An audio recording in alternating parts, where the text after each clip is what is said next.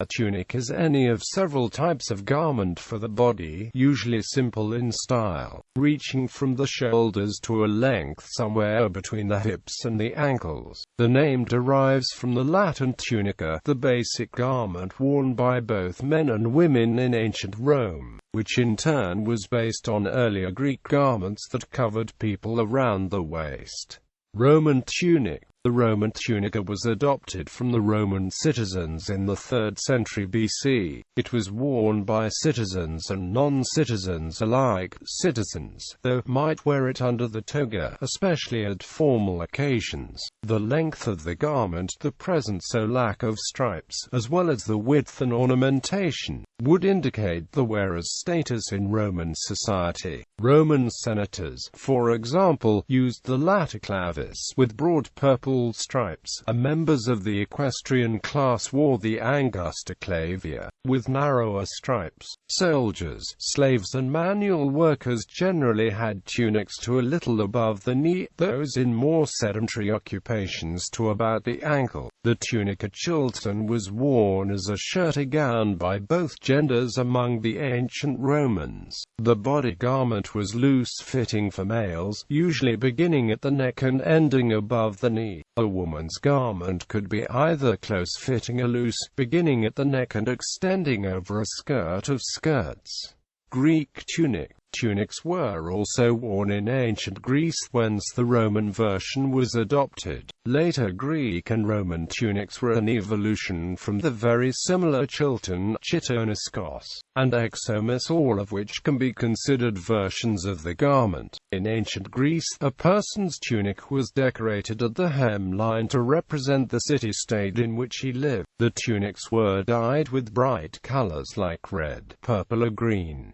Germanic tunic. The various Celtic and Germanic peoples living in the colder Middle and Northern Europe wore long-sleeved tunics from as long back as pictorial evidence goes. Such tunics are often found depicted on the various Roman monuments depicting victories over these peoples, and show the tunic as a simple pull-over construction reaching to the mid-thighs or to the knees. Similar tunics were eventually taken up by the Romans, and found the way into the Byzantine Empire. After the fall of the Western Roman Empire, the long-sleeved Celto-Germanic tunic continued to be worn. The construction was more elaborate than the earlier Greco-Roman garment, with a tight-fitting neck with a split down the front for pulling it over the head, and gusset under the arms and inserted around the lower half to give a flaring skirt. Being used by both Vikings and Normans, the garment continued as a general male garment into the Middle Ages, still being used in Norway as late as the 17th century.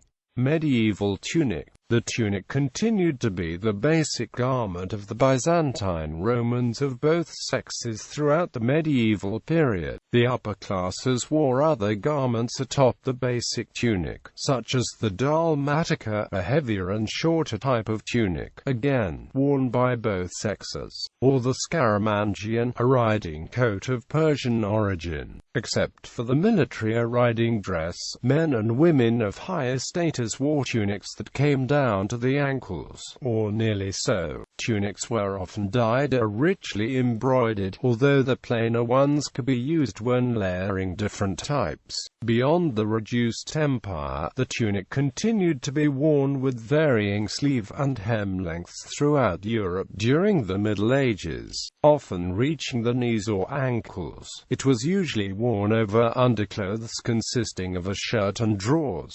It may be accompanied by hose. Wool and linen were common fabrics used, though the wealthy sometimes wore fancy silk tunics, or a lesser fabric with silk trim. Tunics worn during the early Middle Ages often featured decorative embroidery or tablet-woven braids along the neck, hem and wrists. This was the case, for instance, with tunics worn by both rich and poor Anglo-Saxons before the Norman conquest.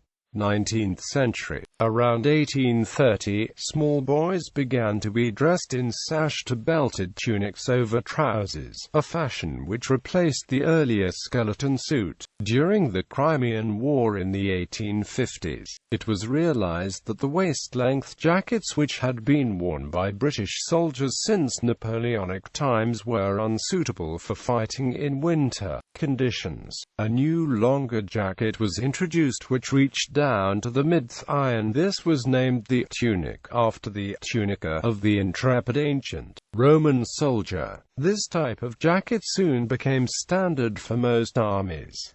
Modern tunic. In Western culture, its use continues primarily in a religious and uniform context. It is the primary garment worn by the clergy and members of religious orders. The religious tunic reaches to the feet and was the source of the clerical cassock, as well as, in its liturgical form, the alb, after the long tunic worn by Roman citizens. The tunic, in one form or another, is also considered the traditional clothing of numerous neo-pagan religions, most notably Wicca, especially when combined with a cincture and a robe. Tunic is also the name often given to the high-collar uniform coat worn by military and police personnel. Light female garments, especially for sports or exercise, usually only coming down to mid-thigh, are also called tunics. Asian tunic. Worn in Indian subcontinent, including India, Pakistan and Bangladesh, tunic is usually referred to as kurta and is now an emerging women's top style increasingly liked by many in the West. An Asian tunic is typically adorned with delicate embroidery, beadwork or intricate threadwork as well. Embroidery or threadwork on such tunics usually combines threads of many different colors.